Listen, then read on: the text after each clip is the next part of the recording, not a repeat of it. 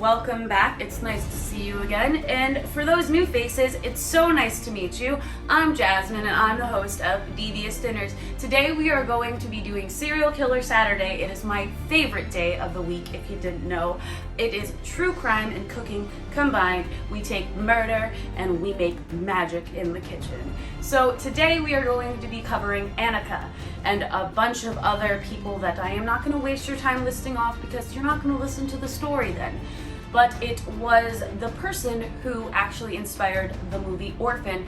For those of you who are horror fans out there, you probably already know about the movie Orphan, but this is way worse and way scarier. But you know what? We're gonna take away a little bit from the scary and invite you with some warm childhood feelings of chicken nuggies and some fluffy french fries with a nice garlic roasted ketchup. So let's suit up really quickly and we are gonna get to making this dish. While I am suiting up, I would like to do a little shameless plug. If you don't know, Devious Dinners, like and subscribe, but make sure to watch this video because you're gonna learn a bunch of killer facts and we're gonna do it together. So let's get to cooking. So first things, let me introduce the parties that are in this story. So we have Andre Mauerova, 7 years old, and Jacob Mauerova, 9 years old, whose mother is Clara Mauerova, and Katerina is their aunt. So Katerina met this little girl from the orphanage that she worked at named Annika, and she was 13 years old, or so we thought. It's actually, she was a 33-year-old woman named Barbara Skrylova who had ties to the Grail movement cult. It is actually thought that she was the lead of the cult. So Katerina, introduced Annika to Clara, and Annika just said all these horrible things that she had experienced, in this child sex trafficking ring and wanted to have a family. And Clara wanted to, invite her into her family with Andre and Jakob. So they ended up consulting this doctor because Annika suffered from pretty bad medical conditions. And the doctor pretty much said, you will not be able to adopt Annika unless you are harder on your boys. And this is where it gets sick and twisted. So it started with spanking, verbal abuse, hitting these young boys. And then it got worse because the doctor said that she was not doing enough to discipline her boys because Annika would not be welcomed in that home. So not only that, but the doctor said for her to rub Annika's body and also her lower crotch region, which is just weird. I found that out and I thought I would share it with you. But we're going back to the subject of the little boys. So Andre and Jakob ended up getting put into dog cages and also a cellar. They would be handcuffed, they would be beaten, they would be sexually tortured, and this went on for months. And it got worse for poor Andre. So Andre was put into a cellar, and this was for 6 months that he was put in the cellar. And his mother, Clara, decided to skin his arm and carve it up and made him cannibalize himself and eat some of the pieces of the flesh that she had cut off. Because these boys weren't being fed either, so this was like the only thing Andre was getting to eat. So Andre literally was surviving off of eating himself. And then the flesh that they did not eat, Clara and others would consume. And I'm not sure which boy it was, but they would actually cut pieces of one of the boys' buttocks off and also make him eat it, but they taped their mouths shut the whole time so that way they couldn't scream.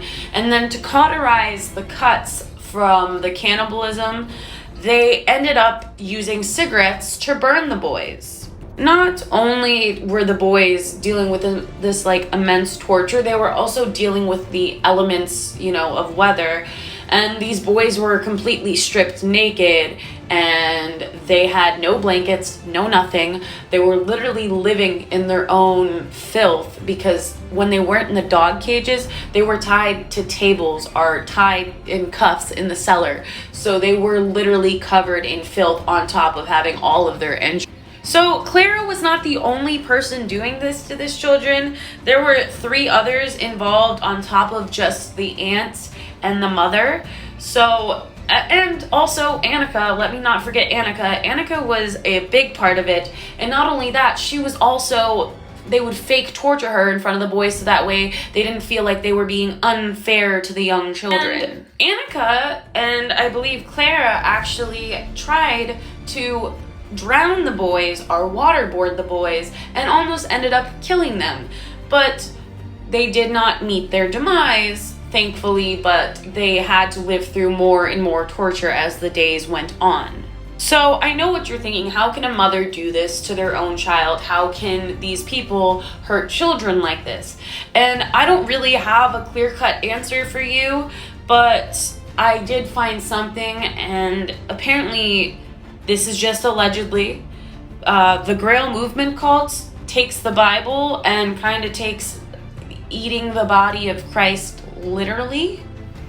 And I'm not trying to justify that whatsoever because it is disgusting and absolutely repulsive what happened to these poor children. I am just trying to, inform you and explain to you why these people did what they did.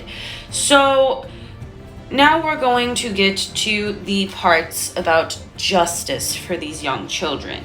So there was a next door neighbor who recently had a newborn baby, so he bought a baby monitor, and on May 7th, 2007, he was just trying to turn on the baby monitor to set it up to watch his young child. And he ended up finding on the screen young Andre missing the chunks that he got cut off of his arm, sitting in his own filth, naked. And he recognized the young boy because that's his neighbor. So he ended up calling the cops. And the cops were dispatched, and, the neighbor didn't know exactly where this boy was. So they knocked on a bunch of people's doors, and everyone gladly let people in, except Clara and Katerina. So when the cops actually were able to get inside of this house, they saw that the cellar was padlocked, and they saw the horrors that were within that house and saw those young children. Now, they didn't just see Andre and Jakob, they also saw Annika on the floor acting like she was also injured. And so all of the children were taken to a hospital and got the medical attention that they needed, and then they were sent to an orphanage. And while they were in the orphanage and the people that were responsible were awaiting trial, Annika actually ran away. She ran away and was found 6 months later living with another cult member posing as her father because she was now a young boy named Adam. So once they got everybody involved apprehended, they started the trial. So Clara, the mother of the young boys, was insisting that it was literally everyone else's fault, like everybody turned on each other. Katerina said it was Clara, Annika said it was the women, but at the end, Clara got 9 years, Katerina got 10 years, and Annika only got 5. Now, I don't think this was a long enough sentence for what they did. Let me know what you think down below. So this is our finished dish, guys. I know it's not the prettiest thing, but kids don't care if it's pretty. They care if it's tasty. So let's taste it. Now that's a chicken nugget. The ketchup is really, really like tart, but you also get the sweetness and umami from the garlic and the Worcestershire. Gotta try these fries though.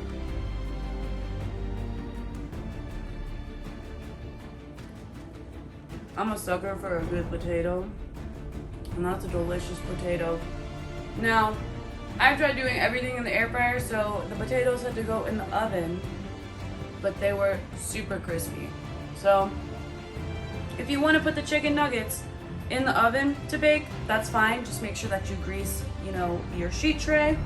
But also, let's not forget our adult beverage. Cheers! That's like chalky milk.